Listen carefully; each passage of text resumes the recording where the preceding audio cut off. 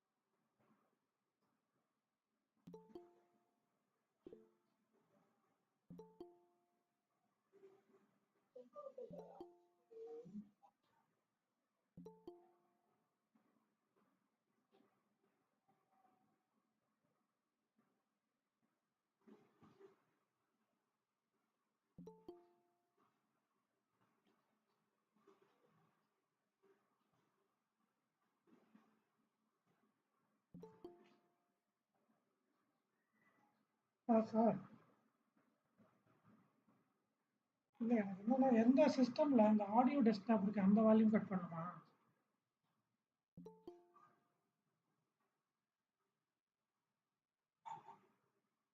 இல்லை ஒன்று தான் சார் இருக்கு. டெஸ்க்டாப் ஆடியோ ஒன்று தான் இருக்கு. மிக் ஆக்ஸ்னு ஒன்று இருக்கு. ஃபுல்லாக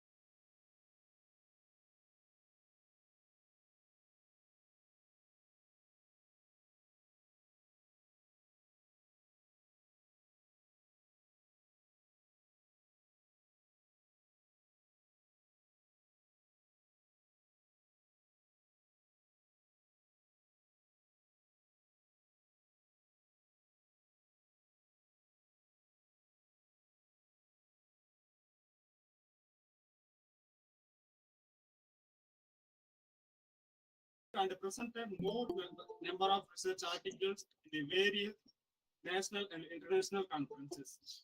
He gave more number of invited talks on biofluid dynamics in national and international conferences.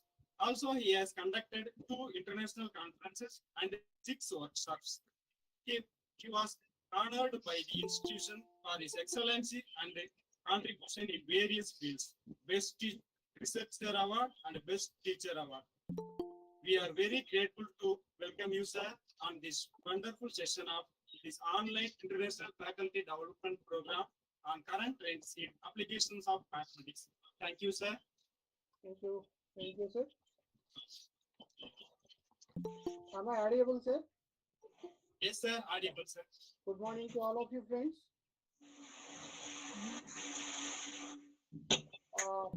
First of all, I congratulate the organizers to conduct a such good FDP program for the researchers, young faculty members, and who are interested in the mathematics field. This type of workshops or FDPs will helpful for the researchers to enrich their knowledge, and of course it is also useful for us to discussion in the research areas where the research is moving onwards. So before going to start the talk, once again I congratulate the organizers to conduct a such event or good event in a good manner. Okay. Before going to start the talk, I don't want to take much time. Whatever time given for me, I try to complete my talk in that limited period. Right? So most of us are known the differential geometry, differential equations, differentiation started in the 8th standard or from intermediate level. Of course, in some states we call it as a +2 level.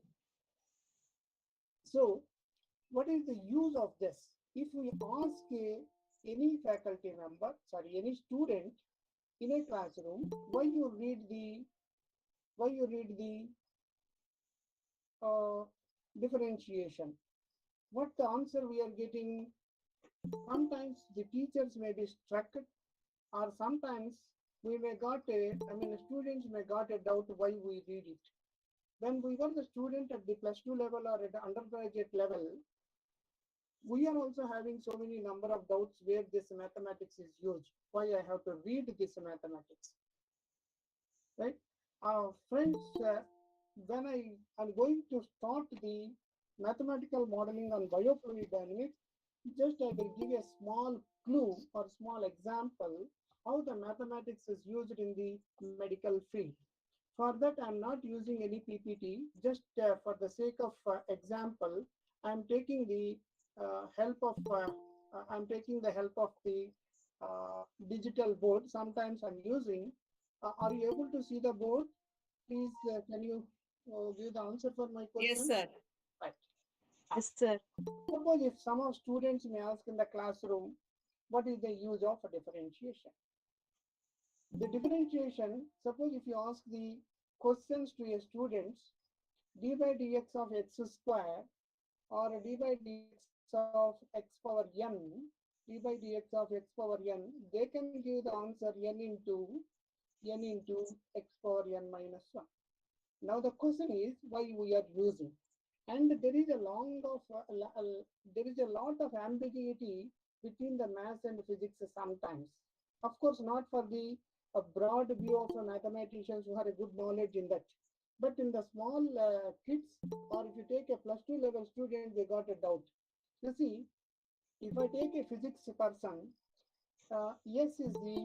if I take the physics, S is the displacement, right?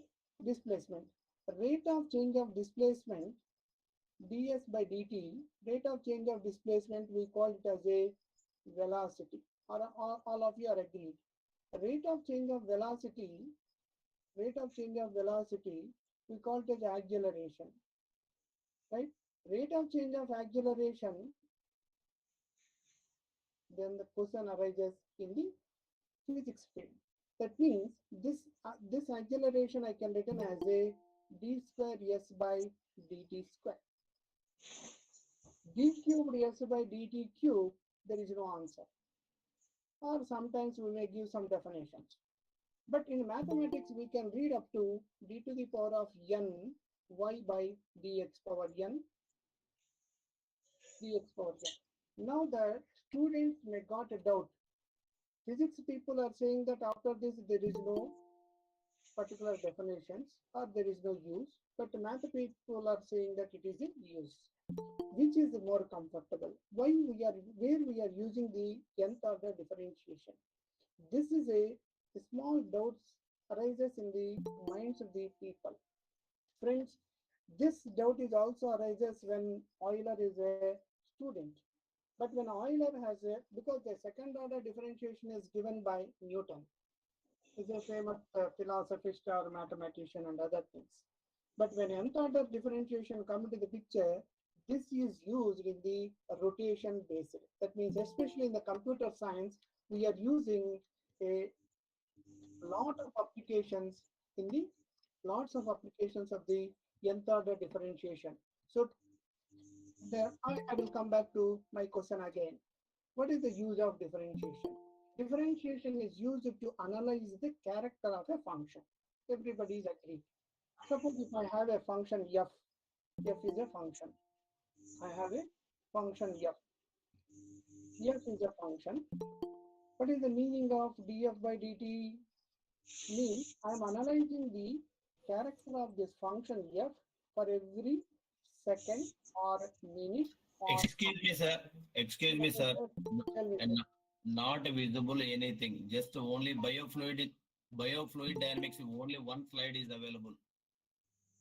That's what I'm asking, sir. Some students are telling that yes, we are able to see the board. They are thinking that only the visualization of only PPTs. Only PPTs.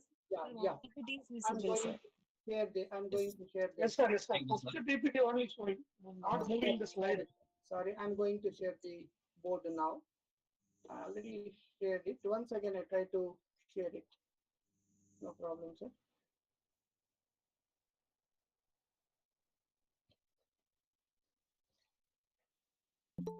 Now, are you able to see it, sir? Is No, it no, visible? No? No, sir. Yes, sir. Yes, sir. Visible, sir. Now. Yes, sir. Yes, sir. Yes, sir. Yes, sir. Thank you. Thank you, sir. So, if the differentiation is analyzed, differentiation is used to analyze it for the character of a function for every second or a minute or hour, whatever it may be. Now, how this differentiation concept is used for the medical field. So in the year up to 1984-85, people are suffering with the heart attacks or something. They can rush it to the America or some other foreign countries because they are worrying about the bypass operations. So what is the meaning of bypass operations? When blood is clotted in the arterial system, that means there is no chance to move the blood from one place to another place. The patient requires what we call the bypass operation. Bypass operations. But at that time, it is very difficult or complicated for the doctors to check where blood is clotted. Therefore, they have to cut the human body approximately 30 centimeters, and it is very difficult for them to check where the blood is clotted in the arterial system. So, when in the year 1969, when mathematics is involved in the biological applications, the differentiation concept, I'm giving a simple example how this one is useful in the medical field. Suppose I'm taking a ternary system like this. A ternary system means it's just like you assume it is a cylindrical model. Okay. So when blood is clotted, of course, this we call it as a stenotic that we will discuss later.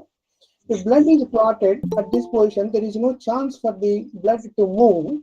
Then what happened? The people can cut this portion and they will use the another operation, or they can insert the stent and other things. So This is very complicated for the doctors to check where it is clotted. Therefore, what we will see, if they write in a program for the differentiation, that means I am assuming F is a function of a blood motion. F is a function of blood motion in the human body. It is a continuous function because the movement of a blood is always a continuous in the human body. If it stops, there is no sustainability of a human body. Therefore, F is a continuous function. We know the basics of the differentiation that for every different, if a function is continuous, we can apply differentiation. Right. So if F is a continuous function, that means I am assuming F is a blood motion. For every time, there must be some variations that can be shown in the graph like this that we are observing in the ECG emissions and other things. So if all of sudden blood is clotted, I mean the graph is like this. What happened for this means df by dt term, df by dt will become 0. df by dt becomes 0. Why? Because means f is a constant. Differentiation of a constant is always 0, that we know that. There comes in detail, doctor can recognize, yes, blood is clotted at a particular position. So they make a small hole and they can suck out this stenotic part or lipids. That means the differentiation come to the picture, the operations will reduce the time and also cost. Right, friends? That means the importance of mathematics in the medical fields has a vast research field, has a variety of applications, and it is a very, very useful for the research field, especially in the biofluid dynamics. So now I'm going to start what is the meaning of biofluid dynamics. So this I want to discuss with you means how the differentiation is used. Of course, so many number of applications are there. Now I can move to my original field, what we will discuss today. What is the meaning of biofluid dynamics? Biofluid dynamics is a fluid mechanics which involve the biomedical applications. Okay, so most of us are known. What is the biomechanics? Yes, you see. Who started this? Actually, the word mechanics was started by Galileo. The word mechanics was started by the famous mathematician or physician, something, Galileo, as a subtitle of his book, The Two New Sciences, in the year 1638, means the other 400 years before. Over the years, the meaning of mechanics has extended to cover the study of motions to all kinds of participants and continua, including atoms, molecules, gases, so on. So slowly, the engineers are adopted the applications of mechanics into various fields of the Hello, engineering. sir. Hello. Sir. Sorry for the interrupt. The slides are not moving, sir. Slides are not moving. Please keep it in the slideshow mode, sir. Yeah, it is already there. Once again, I try to submit.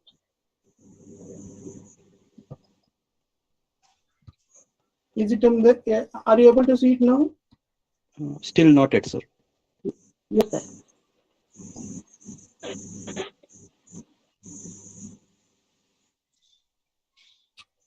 Is it? Are you able to see it, sir? No, sir. No, still no. No. 1 minute, sir. Just call one of my friends.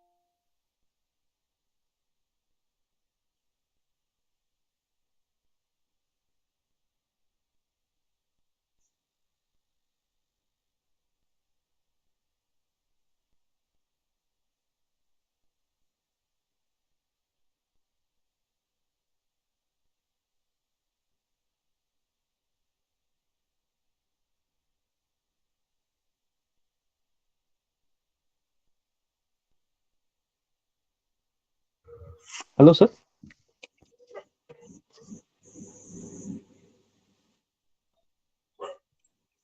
Yes, sir. Screen is visible now. Yes. Now Okay, sir. visible. Okay. Screen is visible. Just make it in the slideshow mode, sir. Then again, if you change the slides, it will appear to us also.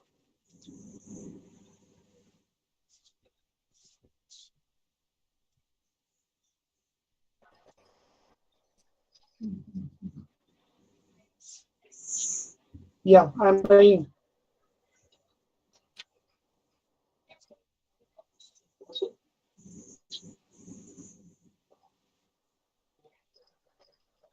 Is it visible now? Yes, sir. Yes, Yes, sir. Yes, sir. yes, sir. Perfect. Yes, sir. Yes, sir. Yes, thank you. Thank you. So biomechanics seeks to understand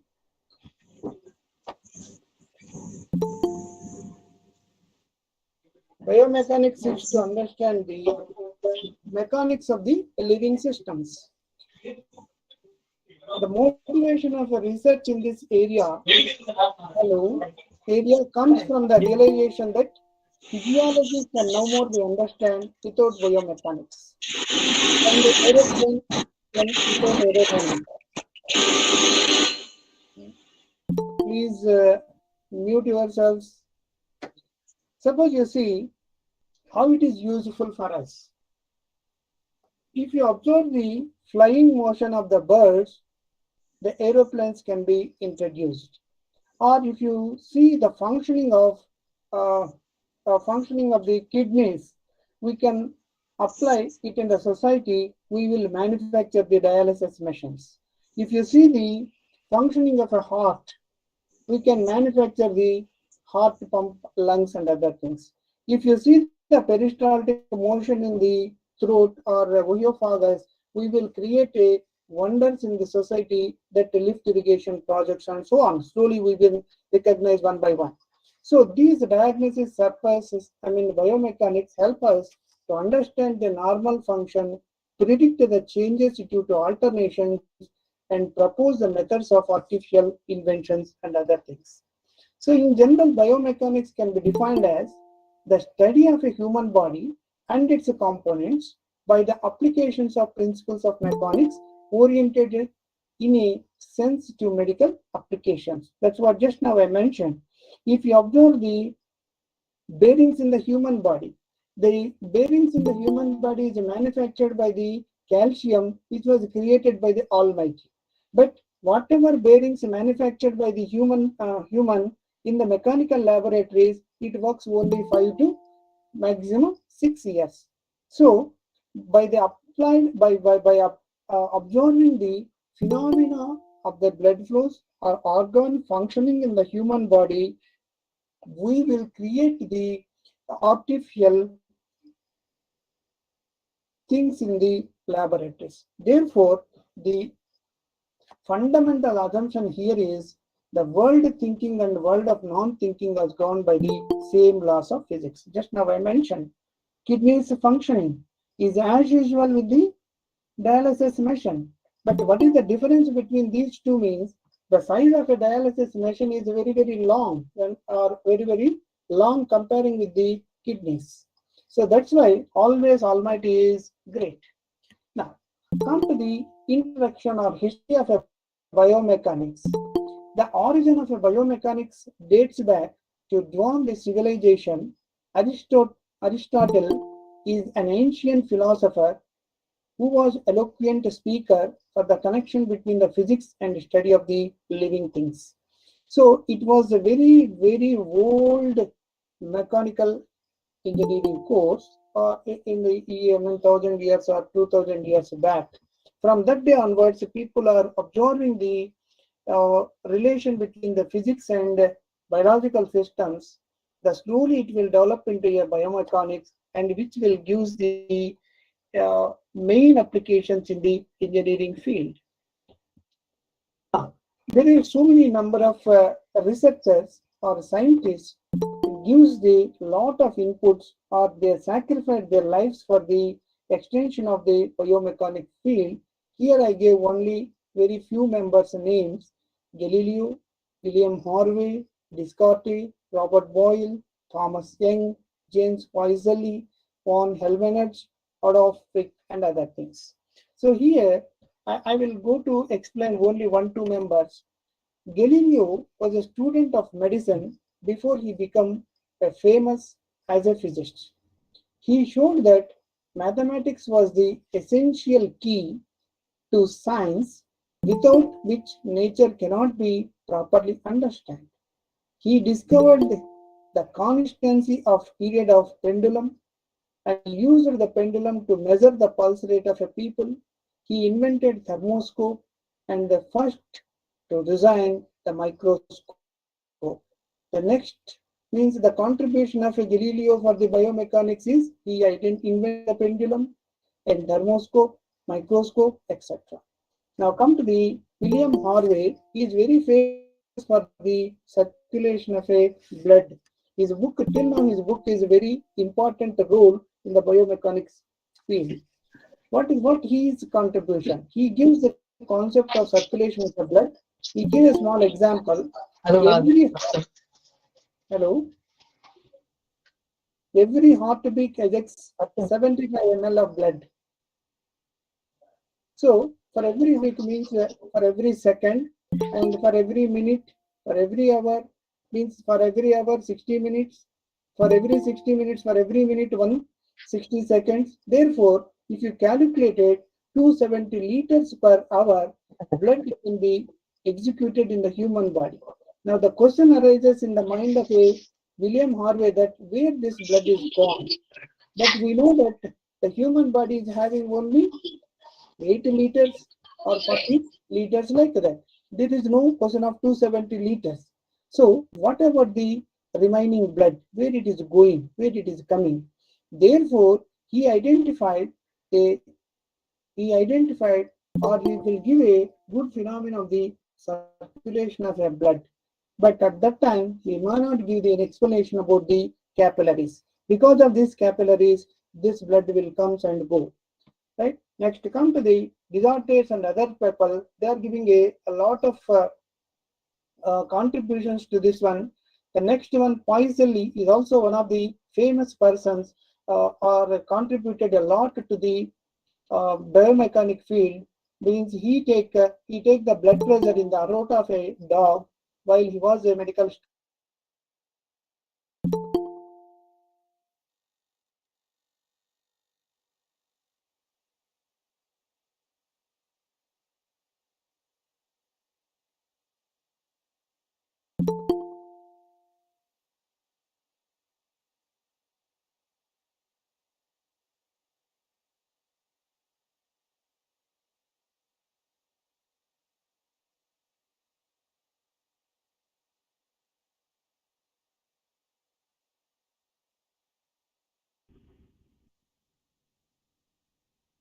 Sir, your mic is off.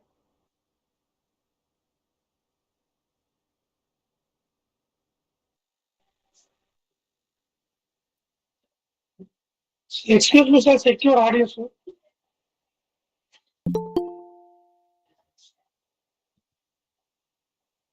Sir, I think we are muted now. Check it, sir.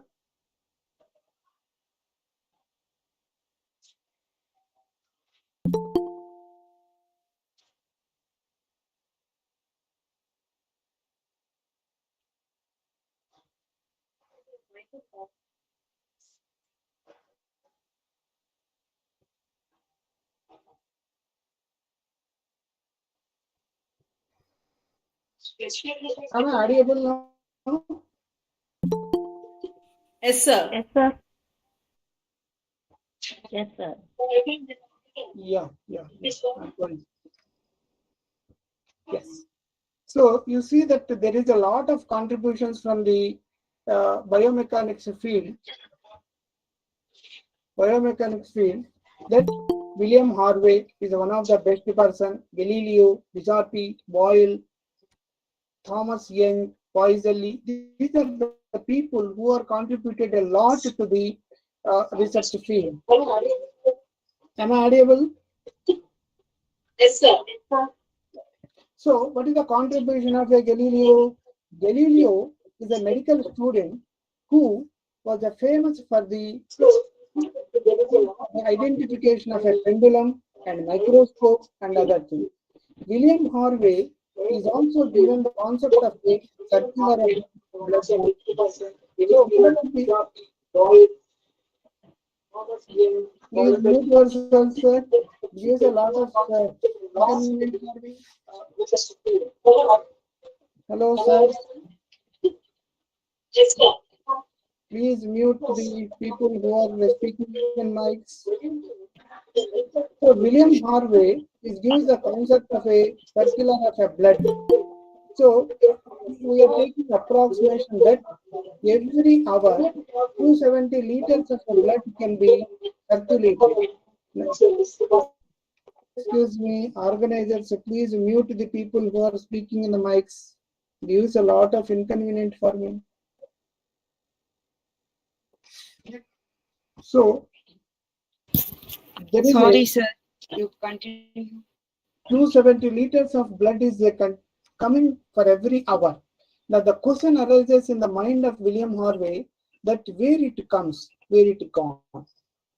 For this answer, he gives that he identified the principal measurement of lead to discover the circulation. But at that time, he don't know the existence of capillaries. If you know the existence of capillaries, I think he may get the answer for this question. Like so many people are discovered, identified or innovated different mathematical contributions in the biomedical field. Poiseuille is another mathematician who invented the mercury manometer to measure the blood pressure in the aorta of a dog while he was a medical student and discovered Poiseuille's laws of viscous flow upon the graduation. So generally the people who are working in fluid dynamics, we read the Poiseuille flows. So friends, like this, so many biomathematicians are contributed, but they are not a biomathematicians. They are mathematicians, physics, doctors, and other people contributed a lot to develop the biomathematical field. Next, what are the research areas in the biomechanics field? Means one is cardiovascular system, food mixing and motility in the intestines, air transportation through bronchial tree, flow in the renal tubes or renal systems, flow in the reproductive systems, synovial joints, molecular transport and tissues. Like this, there are so many number of research areas where we are developing the mathematical models for the bioengineering systems. Okay. Now, today I'm going to give the basics of the mathematical modeling on biofluid dynamics. If you want to know the basics of the mathematical modeling, first we have to know this one. What is the meaning of continuum hypothesis? Continuum hypothesis means once we come to the basics of a mathematics, if you want to analyze the character of a blood flow, just now what I have discussed, if I discuss the blood flow,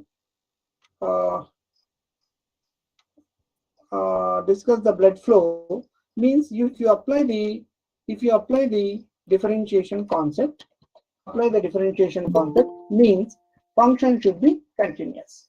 Now the question arises in the mathematicians means is the differentiation is executed for all? Is the differentiation is executed for all? Answer is no. Why? Because means the function is continuous, then only we can apply differentiation. Okay. Now the fluid dynamics can be divided into two parts. One is macro level and another one is a macro level. In macro level,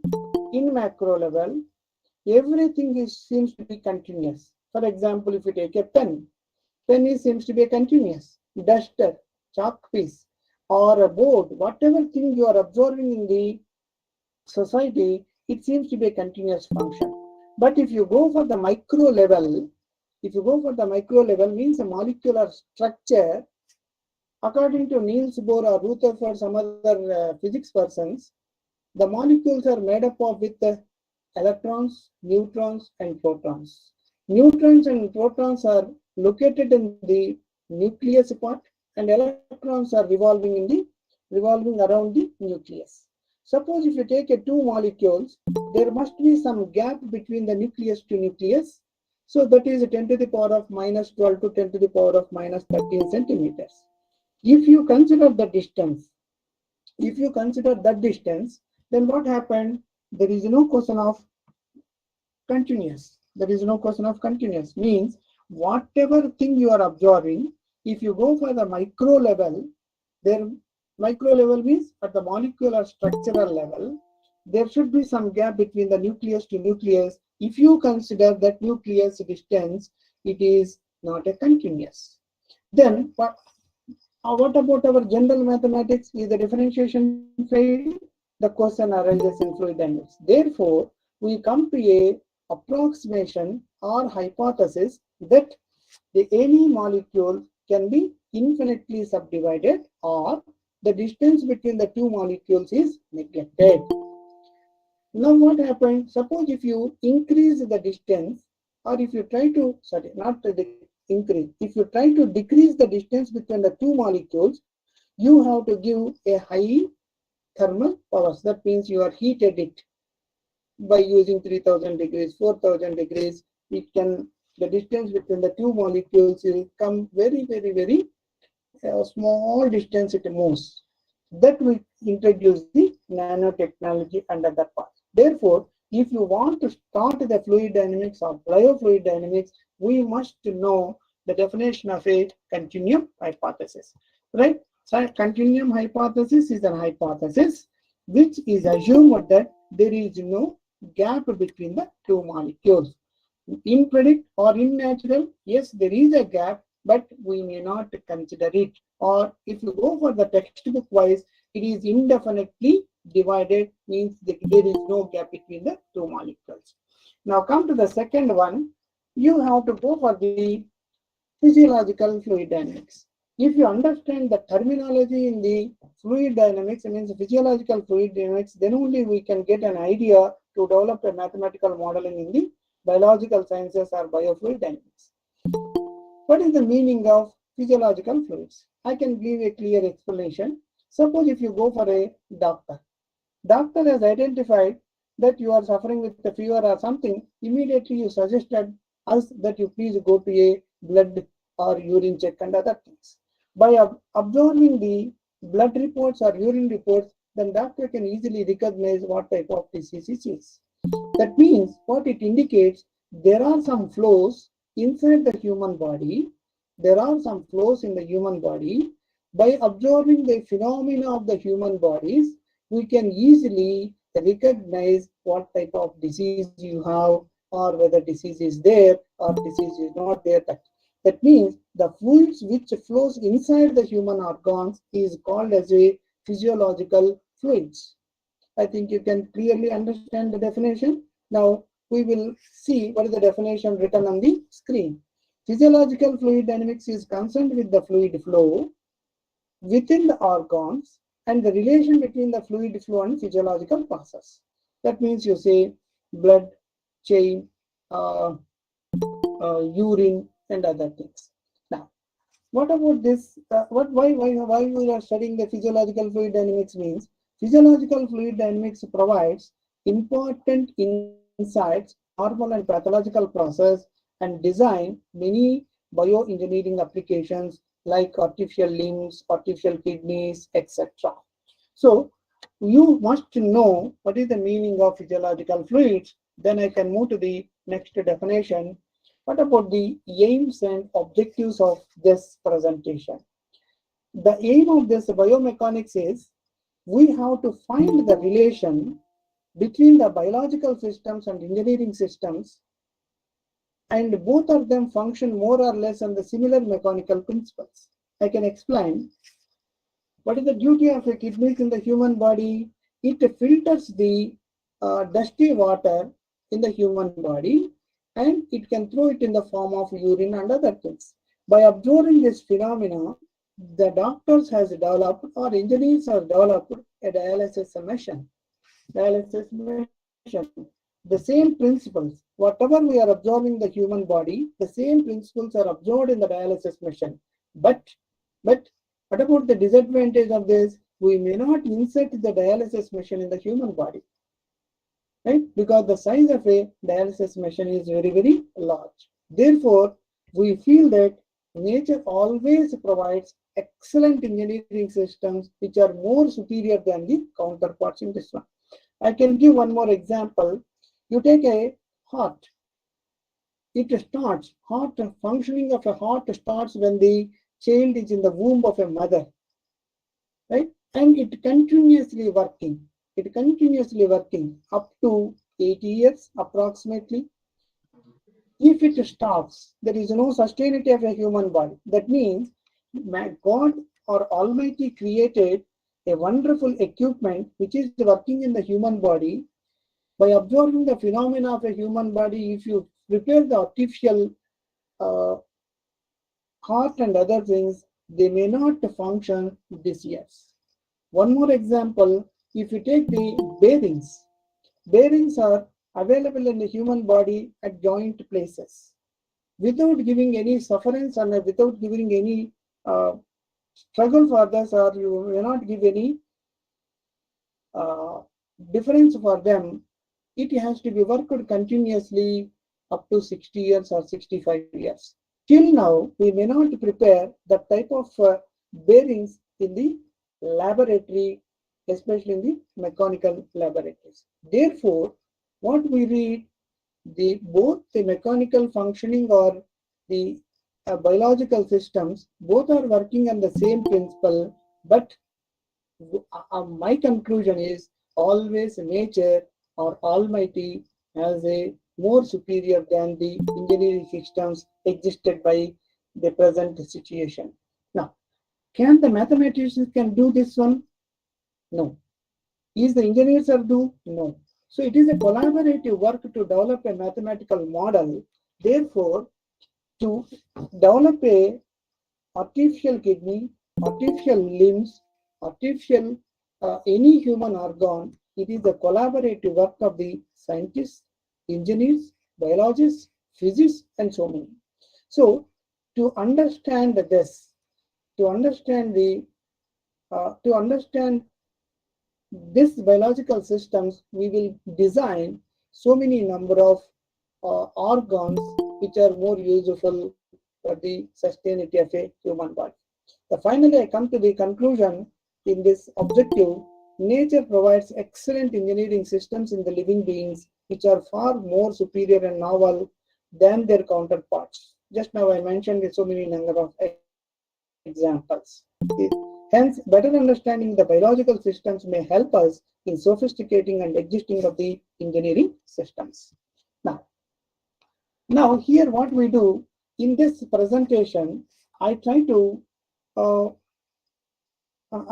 take the problems related to stenotic regions and also in peristaltic if time permits. So I'm taking only two research areas. One is the peristaltic motions and another one is stenotic regions. Because with these two problems flows very, very important role in the physiological systems. First and next, these systems are very, very complex in nature. We have to make several assumptions to analyze such flow problems in the mathematical model. So what are the assumptions? Most of the researchers in the fluid dynamics are well known about this one. Biofluids, some assumptions are, biofluids treat as a Newtonian. What is the meaning of Newtonian fluid? Stress is linearly proportional to rate of strain. Now the question arises, is it come to be true? No. Stress is always not linear to the rate of strain. That means blood or any flows inside the human body acts as a non-Newtonian. But in previous or our seniors or ancestors, some people are assuming that biofluids is a Newtonian. The second assumption is the tube. Here tube means arterial system. The artery is uniform cross section. Is it come to the truth? No. Because in the arterial system in the human brain or human body is not a uniform cross section. It is in irregular shapes. And we may assume that it is horizontal to the x-axis. It is also not true. But why we are taking these assumptions means without these assumptions, we may not do the mathematical modeling. Immediately the question raised by the youngsters, if you do these assumptions, can you get an error? Yes, friends, answer is yes for this question, because without using this, we may not create the mathematical modeling. Therefore, there must be, experimentally it is proved that there is an error. What about the percentage of error? Previously it was 15%. By using the advanced versions in the mathematical modeling, by using FEM or finite difference, the error should be decreased. So these are all assumptions made this one. Next. But we know that blood is a non-Newtonian fluid.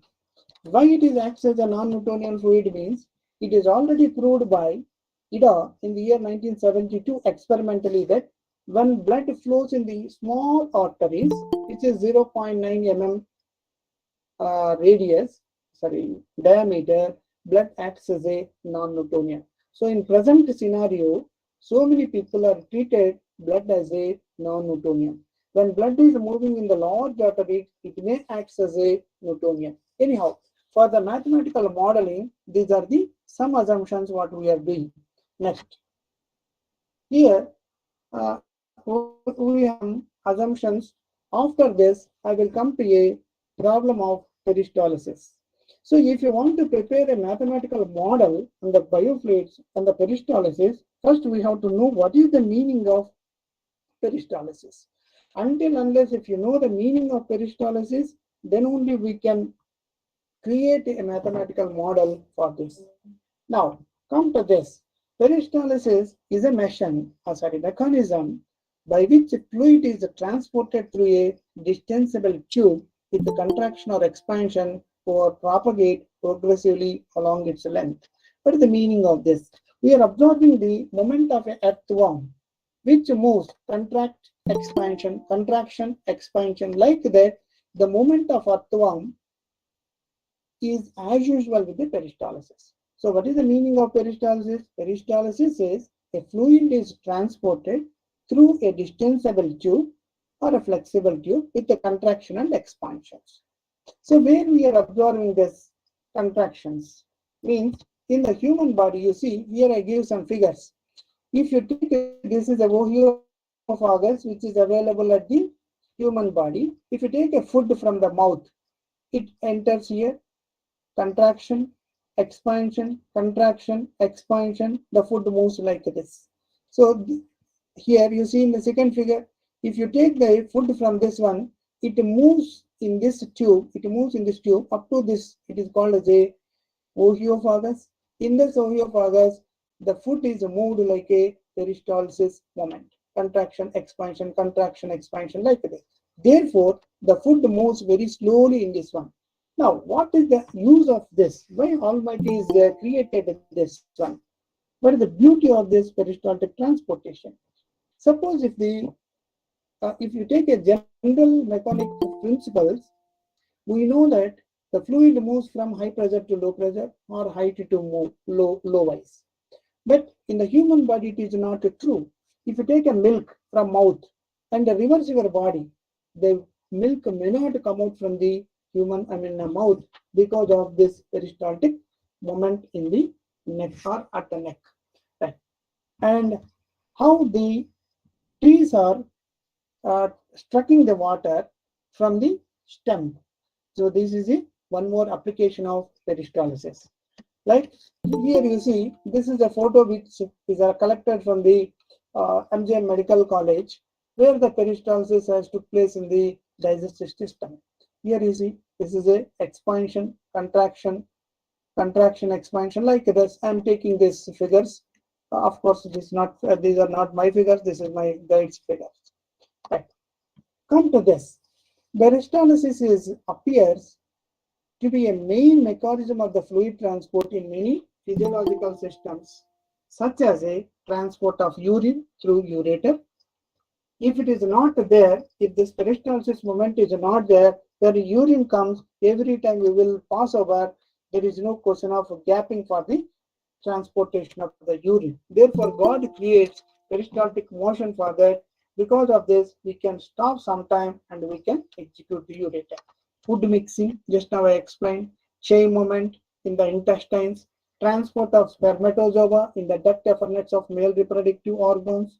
That means when the spermatozoa moves in the ovum, when it releases from the male body, it transports into the it transfers to the peristaltic motion and it hits the ovum. There also we are observing the peristaltic transportation like that.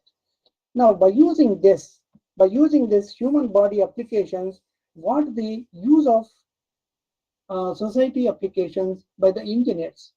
Engineers are using the peristalsis to pump the corrosive materials. Corrosive materials means, for example, radioactive. If you touch the radioactive element, it may be harms for the human body. Therefore, we have to pump the corrosive materials by using the roller and finger pumps through the peristaltic motion, and it will throw it into the sea. So there we are using this, and lots of applications in this one. We call it as a lift irrigation projects. In the lift irrigation projects are also, we are pumping the water from low height to higher height. There we are using the peristaltic motions and other things. So once I give the detailed explanation of the peristaltic definition, now we come to the mathematical model. The peristaltic transportation walls can be taken like this.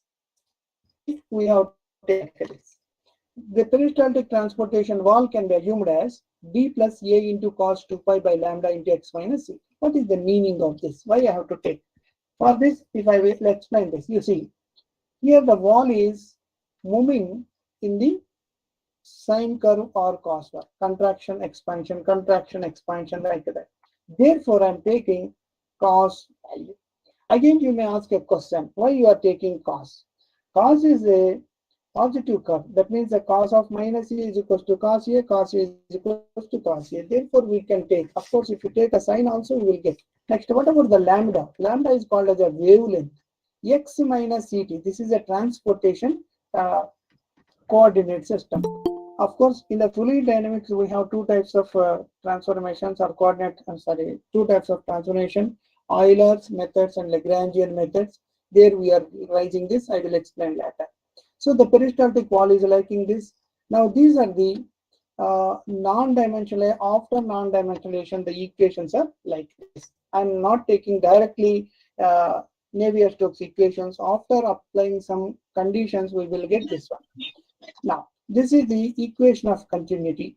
Here my intention is how these equations are solved. So we already know, we already mentioned, we will apply some we will apply some conditions or assumptions. By applying that conditions, this is equations are comes like this. This is a viscosity. I'm not explaining anything. Here, this is a non-linear equation. After applying the assumptions are also, the equations are highly non-linear. Then what we do? How to solve this? Therefore, the mathematical modeling have applied two types of approximations. One is a long wavelength approximation or Fung approximation, which is given by the mathematician named Fung in year 1972. The another approximation is small amplitude ratio approximation. If you apply either of these approximations, the equations, that means whatever we get to these equations is a nonlinear. By applying the approximations, this will convert it into linear, then we will solve the equations. Therefore, in peristaltic transportation modeling, these two are very, very important approximations. One is long wavelength approximation and another one is small amplitude ratio approximation. What is the meaning of long wavelength approximation? Means here we assume that the wavelength of the peristaltic wave is very, very large when comparing with the mean half width of the channel. So here we are observing this from this portion to this portion. The distance from this portion to this portion, I call it as a lambda. Okay, wavelength, the distance from one craft to one craft, or one expansion to another expansion, we call it as a lambda. And if you assume that it is a tube, the distance from center line to this portion, I call it as a d. Okay, so the ratio between the d by lambda is very, very large. That means the peristaltic wave lambda, when a by lambda or d by lambda is large, that means if the lambda value goes on increasing, the value of delta goes on decreasing, so many number of terms will vanish, we will get this approximation equations. The first approximation in this mathematical modeling is long wavelength. The second approximation is small amplitude ratio approximation. This is a Fung and Isle approximation. In this approximation, what the researchers are assuming, that the amplitude of a peristaltic wave is very, very small in comparison with the mean width of the channel.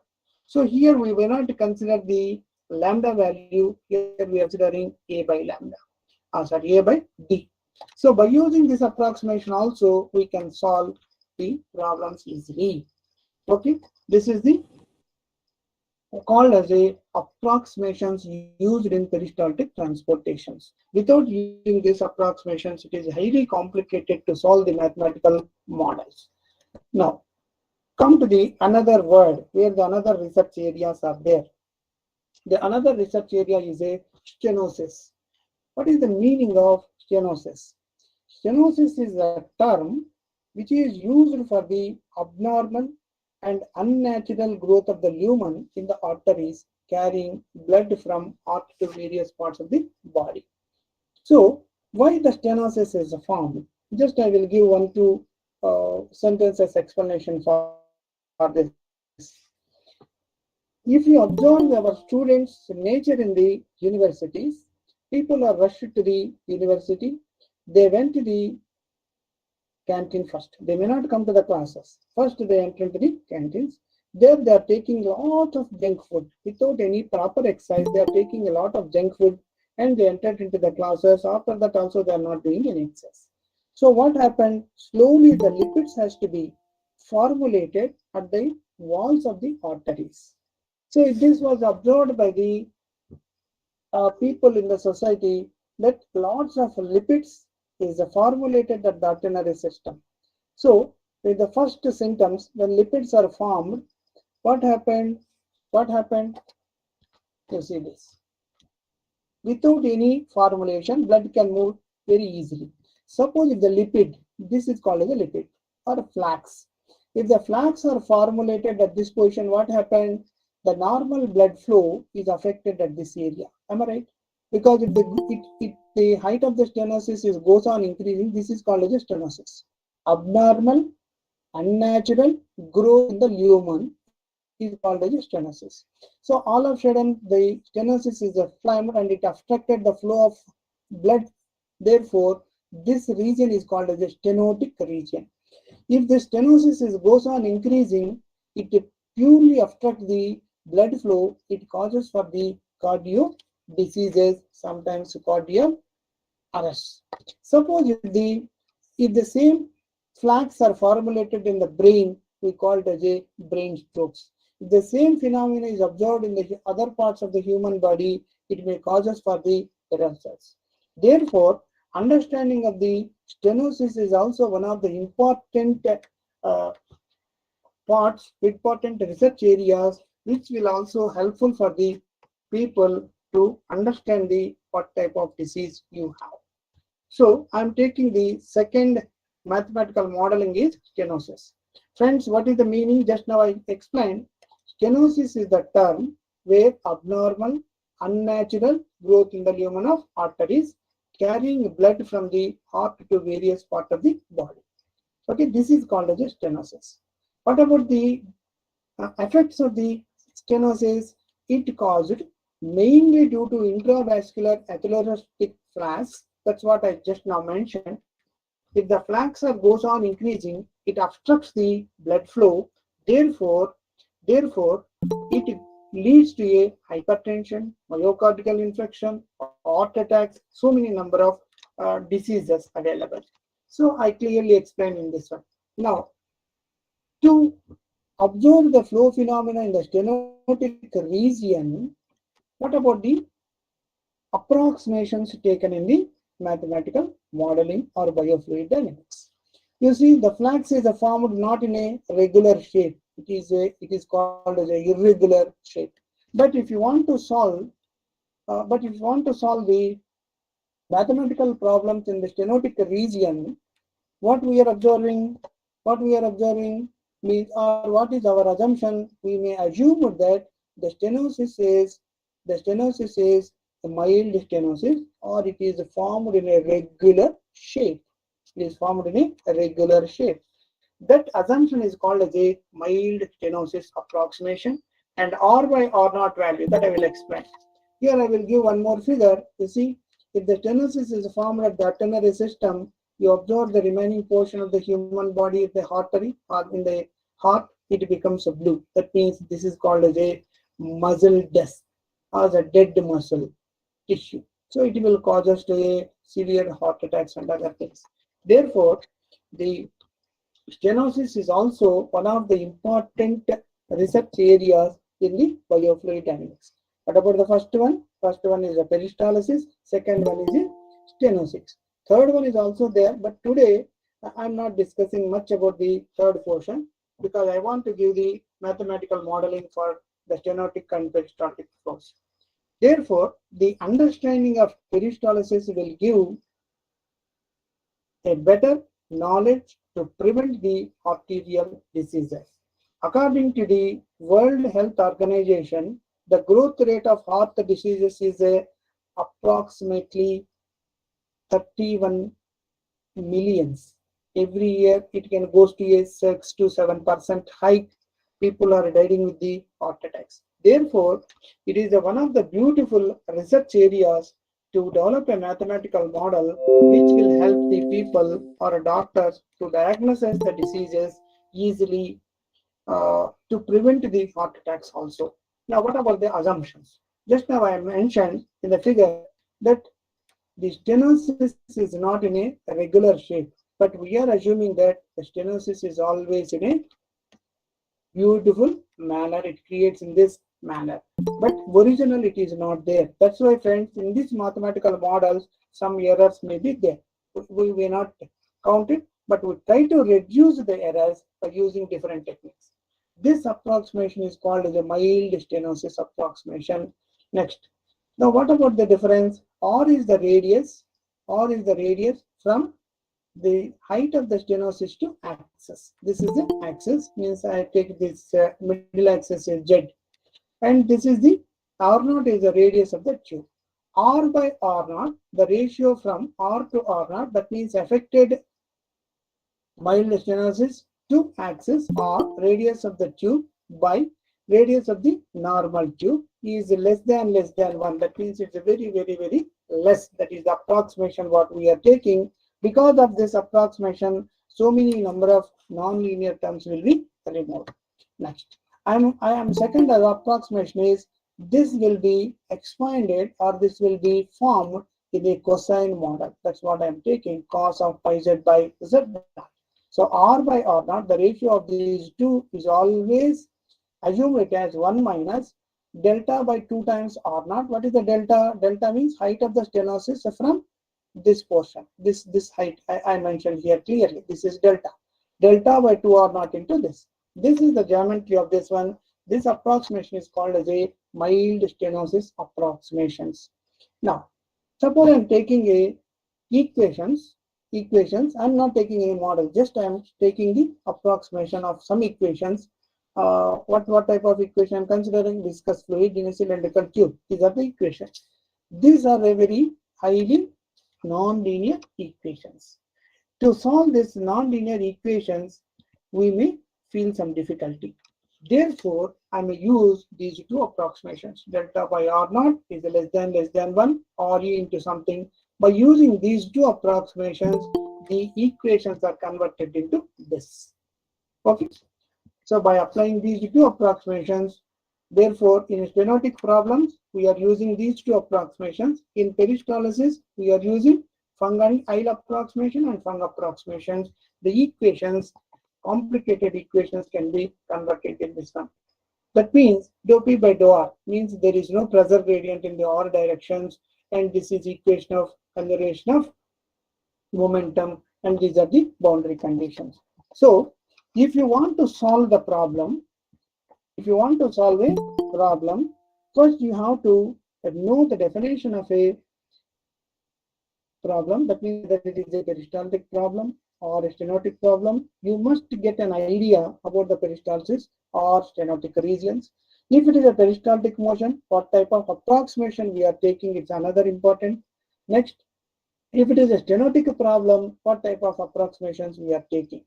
Okay, friends. So I discussed the approximations what we are taking. Now come to the next one. What type of fluid you are considering? Generally, if you go through the literature, there are two types of problems, or two types of fluids are observed by us. One is the Newtonian and another one is the non-Newtonian. So what is a Newtonian? I already mentioned. Stress and strain are linear. Stress and rate of strain is linear. We call it as a Newtonian.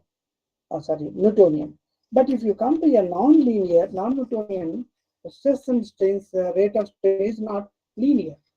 Again, in non-Newtonian, there are so many number of fluids considered by the researchers in the literature: Caisson fluids, power law fluids, micropolar fluids, Bingham fluids, Berkeley fluids, like that we are observing this one. Now, what is the fluid we have to consider? Means what type of character you are analyzing in this blood flow. For example, all are non-Newtonian. Of course, some special cases are there. For example, Jeffrey fluid, it's a special case. Polar fluids, micropolar, like that. But if you take it in a broad way, I am considering which character you are going to analyze in the blood flow. For example, if you go to a doctor suggested you please go for this blood checking. If that blood, based on the blood checking, he can identify what type of disease it is. That means you have to know what type of character you are analyzing in the blood flow. Based on the character, I name that type of fluid. For example, if I will verify the micro rotations in the blood, what you called red blood cells, that fluid I consider it as a micropolar fluid. If you observe the coupling effects of the red blood cells, we call it as a couple stress fluid. Like that, what type of fluid you are considering. But which is more appropriate means, I am taking the consideration of viscosity and considering the viscosity, the velocity, the blood profiles, viscosity is very high in the human body. For example, if you take a slurries, or I can take one more example, that if you take a toothpaste, if you reverse the tube, paste may not come out. When paste comes out, if you apply some pressure on the tube, then only paste will come out. That means why it has happened? Because of viscosity high. Sedimentary examples, right? So that we call it as a yield stress. That means why this yield stress is coming to the picture? Because of the viscosity. If you pour the water on the floor, it can move easily. But if you pour the blood on the floor, it may not move because of the viscosity. If you want to verify the blood profiles with high viscosity, Berkeley fluids is a more considerable fluids. So the general equation of Berkeley fluid is this. Tau z is called as a shear stress. This is a rate of change of velocity, and N is a power law index. Tau y is yield stress. Just now I mentioned what is the tau y. Tau is called as yield stress. That means if you apply pressure, then only blood moves. If you apply pressure, then fluid moves. Examples are slurries and blood, high viscous fluids. Okay, so that means what is the third point in the modeling? You have to select what type of fluid you are going to analyze, what type of character you are going to analyze in the fluid.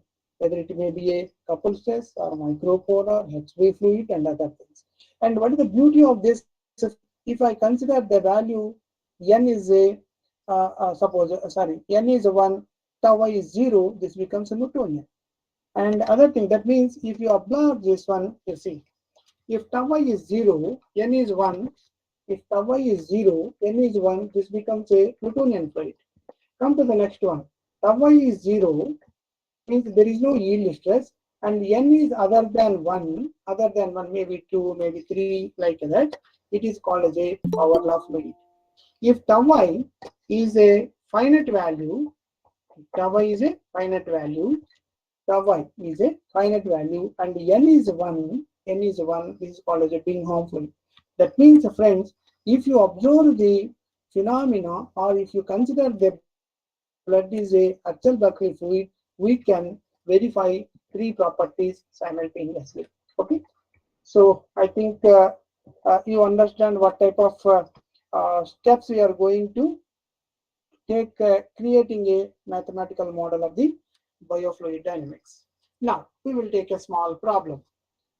What I am taking it, I am considering a Berkeley fluid through a tube with a non-uniform cross section. So what is my problem here? I am considering blood as a Berkeley fluid, and it flowed through a cylindrical tube, and it has having non-uniform cross section. Generally, we are taking it as a uniform cross section. Means in the general fluid dynamics, the assumption has to be taken the fluid is moved in the uniform cross sectional tube. But here I am taking it as a non-uniform cross section. Why? Because means this is more appropriate than the uniform cross sectional problems, because arteries are not a uniform model. Now, for this, what we will do? First, we will observe the literature survey. So, what is the meaning of literature survey? Everybody knows what these people are doing, what we have to do, right? So, in this one, you see, these people are doing something, tissue structure and other things. Now, how I am forming this one, how we will form the mathematical equations. Consider the study of a Berkeley fluid through a circular tube of non-uniform cross section and with the 2 stenosis. Now, what is my problem here? Of course, this was solved in a long back. Generally, people are taking one more approximation that a single stenosis is formed in the arterial system.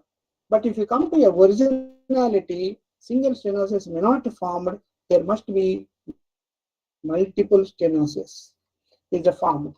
And if you want to go for more appropriate problems, they are not in a regular shape. They are in irregular shapes or overlapping stenosis models, like that. If you goes on increasing the complexity of the problem, that problems will become more generous than the previous literature problems. But in this problem, I am taking, for the simplicity or modeling, I am considering a non-uniform cross-sectional tube having blood as a Berkeley fluid, which moves in this one, and it is having 2 stenosis. Here you can say, here you see this.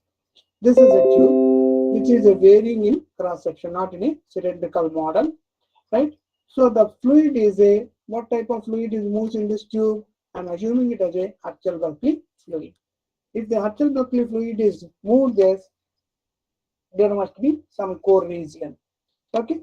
Now I am seeing that you are observing in the phenomena in the figure that 2 types of stenosis are formed.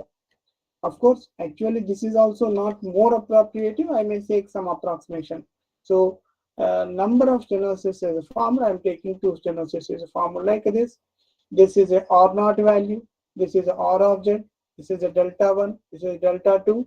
The length from starting point to this, I am assuming it as a D1 length, and from this portion to this, I am taking it as a L1, means something like this. So these are all the values I am taking. We will represent this. We will represent the values in this way. So how I am saying the radius of the tube are taking in between 0 to D1. You see, in between 0 to D1. I am considering it as a R of Z, right? The same thing, like R0, radius of the tube. Next, D1 to D1 plus L1, there is a stenosis region is there. That means R0,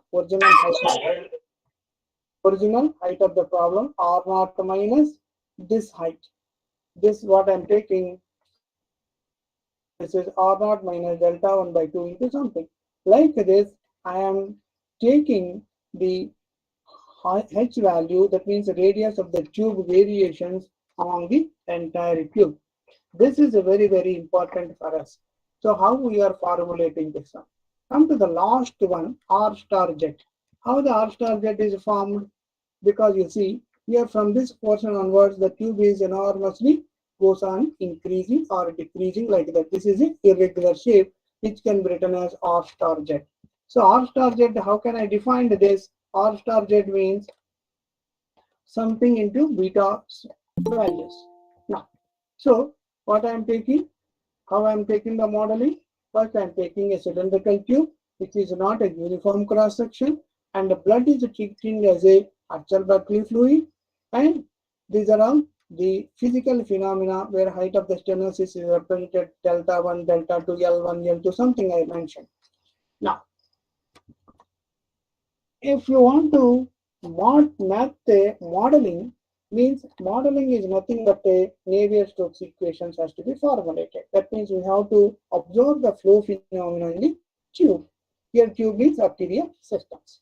Now, can we solve the problem directly? No. Therefore, I already mentioned, because it is related to a stenotic problem, I am taking this approximation. This is called the mild stenosis approximations. Mild stenosis approximations. By applying these mild stenosis approximations, the nonlinearity of the equations can be reduced. Now come to the next one. We will introduce the non-dimensional quantities.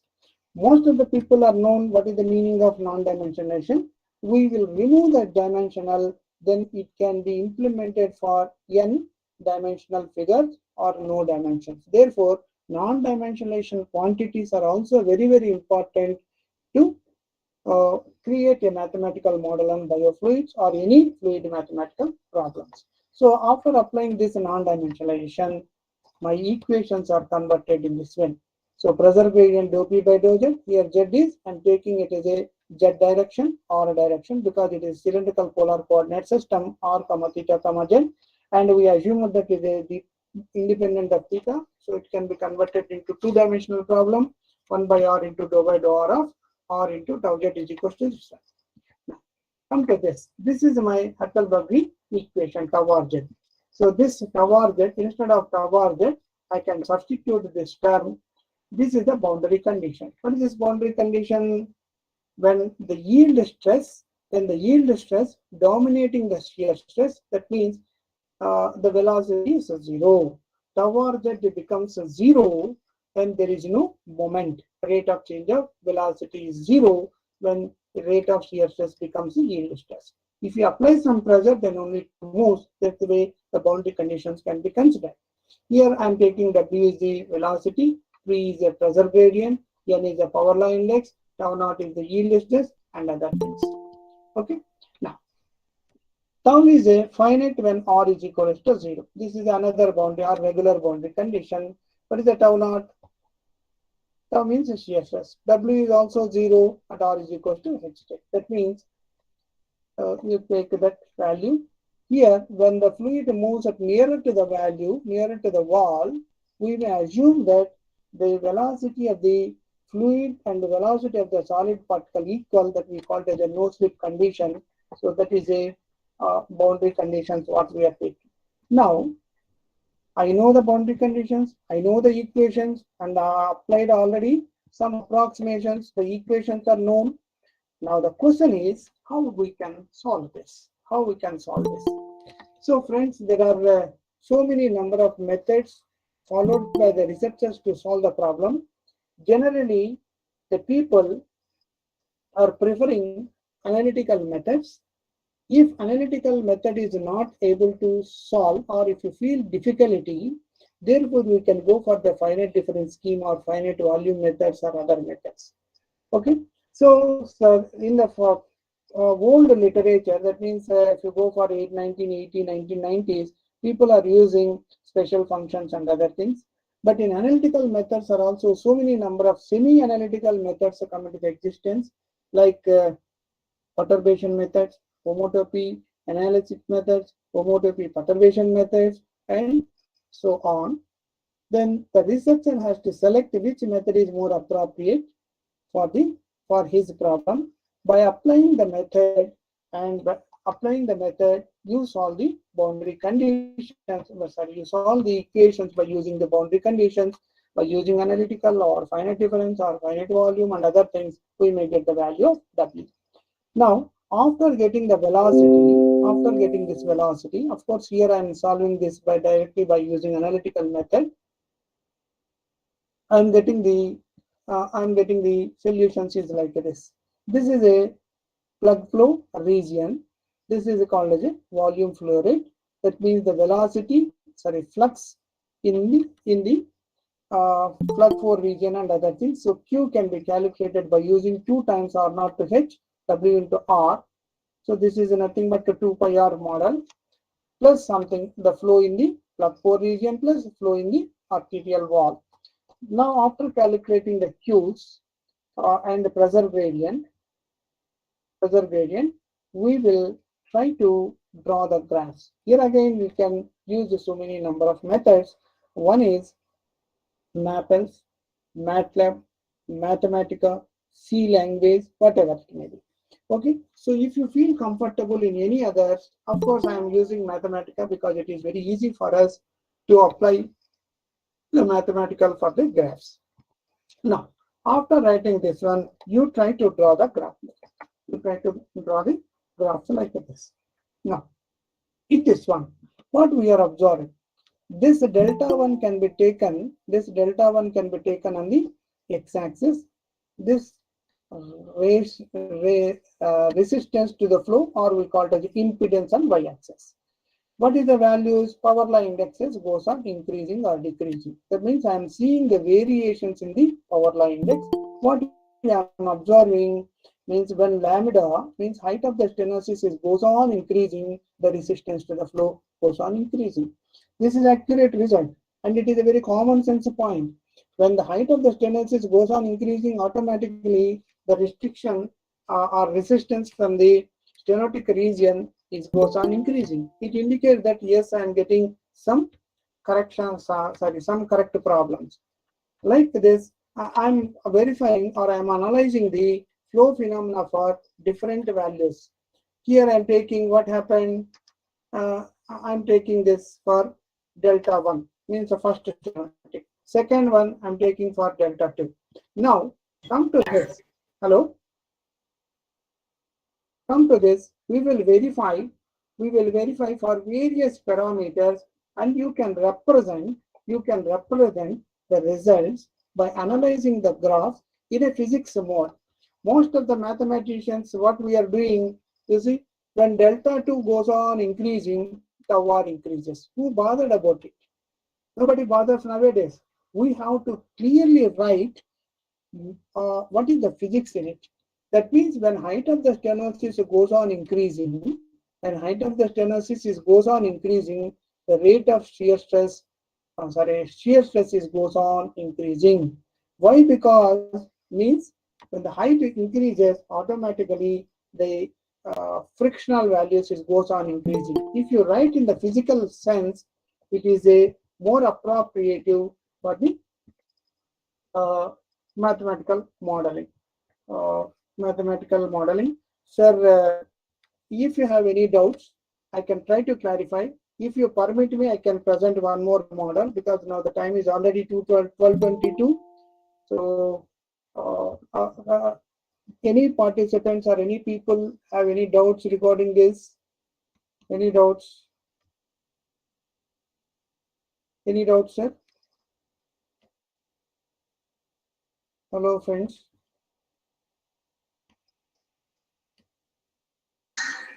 If you have any doubts, you can ask me. Sir, I have a doubt, sir. Madam, tell me, madam. Sir, will there not be a problem of overlapping, sir? Molecular processes overlapping the physiological processes and Yes, confounding is there, sir? Madam, your question is very genuine. That's why in the first stage I taken, if you take a overlapping stenosis, it is more appropriate problem. It is more appropriate. Whatever I'm taking problem, it is generous. If you take a overlapping problem, overlapping stenosis, it is more appropriate because it is more natural than the assumptions what I am taking. We can do it, madam, no problem. We already solved it, but it is more appropriate. So one more question, sir. Tell me, madam. The pressure of blood, sir, is directly coordinating with the stenosis. Because, sir, reducing the blood pressure, it will increase the stenosis, sir. So don't don't reduce blood pressure. It is the way of clearing the arteries. That's why, madam, what I'm telling now, if the height of the stenosis goes on increasing, blood has to be resisted to flow. Therefore, the medulla oblongata in the brain suggested to the heart that you please apply more pressure. If you apply more pressure, then blood moves. Therefore, the pressure gradient is automatically increases when lambda bar increases or height of the stenosis increases. Suppose if the stenosis is overlapping or sometimes it is closed, then what happens if the blood is, heart is applied more pressure, there is no chance. In that case only we are going for the bypass operations. Otherwise, stent is there. So no doubt, madam, pressure gradient occupies a very, very important role in the stenosis problems. And directly the pressure gradient increases means height of the stenosis is goes on increasing, means resistance is goes on increasing. That's true. Thank you, sir. Any other people? So my intention here is, what is the biomechanics? How the mathematics is involved in the biological systems, number of applications are there. And before going to start the topic, first we have to get an idea about the biological terms. Then what about the mathematical modeling, how the equations are reduced, what type of approximations have to be taken, and what type of fluid has to be considered, means what type of character you are going to analyze. These are all very, very important in this one. And nowadays people are fascinated toward the project works. If you take any of this project related to biomechanics, definitely you will get it, because every 3 years I'm getting one project related to biofluid dynamics. And the people of Tamil Nadu is very lucky, because you have a wonderful teachers in NIT Tiruchirappalli. If you contact them, they can also suggest a good models. Can you discuss some of the problems that are existing in this area? Like, so that's why I'm telling you, sir, now we are taking, you see, I'm taking a very old model, because my intention is I want to give only biomathematical modeling. Presently, hybrid nanofluid particles, if you involve the hybrid nanofluid particles in the blood, it has to be reduces the flux automatically. That means it removes the layers of the flux. It can, that means blood can move with, blood can easily without any operations. That is the one fascinated area. Second one, presently people are fascinated toward the carbon nanotubes in the stenotic problems, especially just now madam told, if you take the more complicated stenotic problems, means overlapping irregular shape with hybrid nanoparticles or the carbon nanotubes, definitely you will have a very good project works. The third one, peristaltic transport with hybrid nanoparticles, they are very much useful in drug delivery systems, especially in the cancer diseases or in the cardiovascular diseases. In present scenario, this type of projects are much more weightages in the cities like Hyderabad and other things, because the fertility rate goes on decreasing. So why? Because of the peristaltic, why? Because of the stress strain relations. If you apply peristaltic transportation and inject the what you call inject the spermatozoa and nearer to the ovum, the fertile rate goes on increasing. The third one, what I can say, is a synovial joints. Most of the people who are more than 45 years, they are suffering with the body pains or knee pains like this, because of the synovial joints. lubrications in the synovial joints is also one of the some. Fourth one is a what you call bronchitis. I mean, what we called it as a renal flows. So these are the very important research areas in present, sir. Any other people? Any doubts? Hello, sir. One question. Sir, tell me, sir.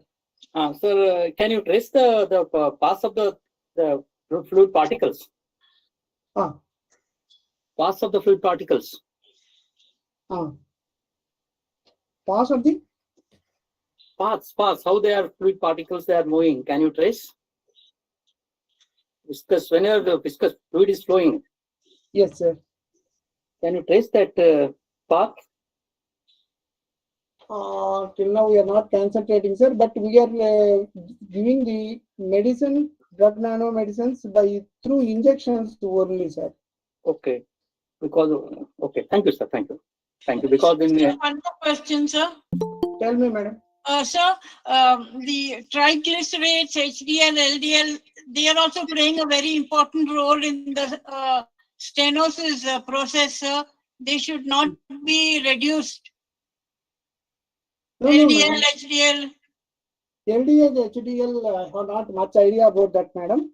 But I went through some literature and long back that it is helpful, madam. But I have not much idea about that. Okay, thank you, sir. Thank you.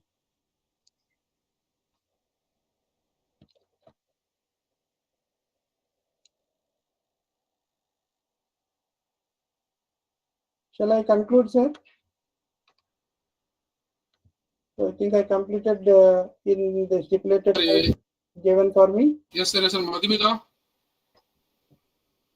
Vasigi? Yes, sir. Yes, sir. Please. Now, I conclude this session with a vote of thanks. Thank you, sir. Thank you so much for your valuable presentation and for the way of explaining things to us. Thank you once again, sir. I extend my thanks to all the participants for your active participation. Kindly fill the attendance link. The next session will start at 2:45 p.m. Thank you. Thank you. Thank you for the organizers to give a wonderful opportunity to share. Sir, thank you, sir. Thank you so much, sir. Wonderful lecture, sir. I am always thankful to you give an opportunity to share some of my views with the colleagues, like not only in India, sir, from abroad. Therefore, I am much more fascinated towards this. Yes, sir. Abroad, more than 200 participants is there abroad. Yeah. So that's why I congratulate your university, Valtech University, for wonderful organization. Yes, sir. And especially for the organizers, sir. Thank you once again. Yes, sir. Yes, sir. Thanks a lot, sir. Thank you, sir. Thank you. Yes, sir. Right. Shall I leave it, sir? Yes, sir. Yes, sir. Thank you.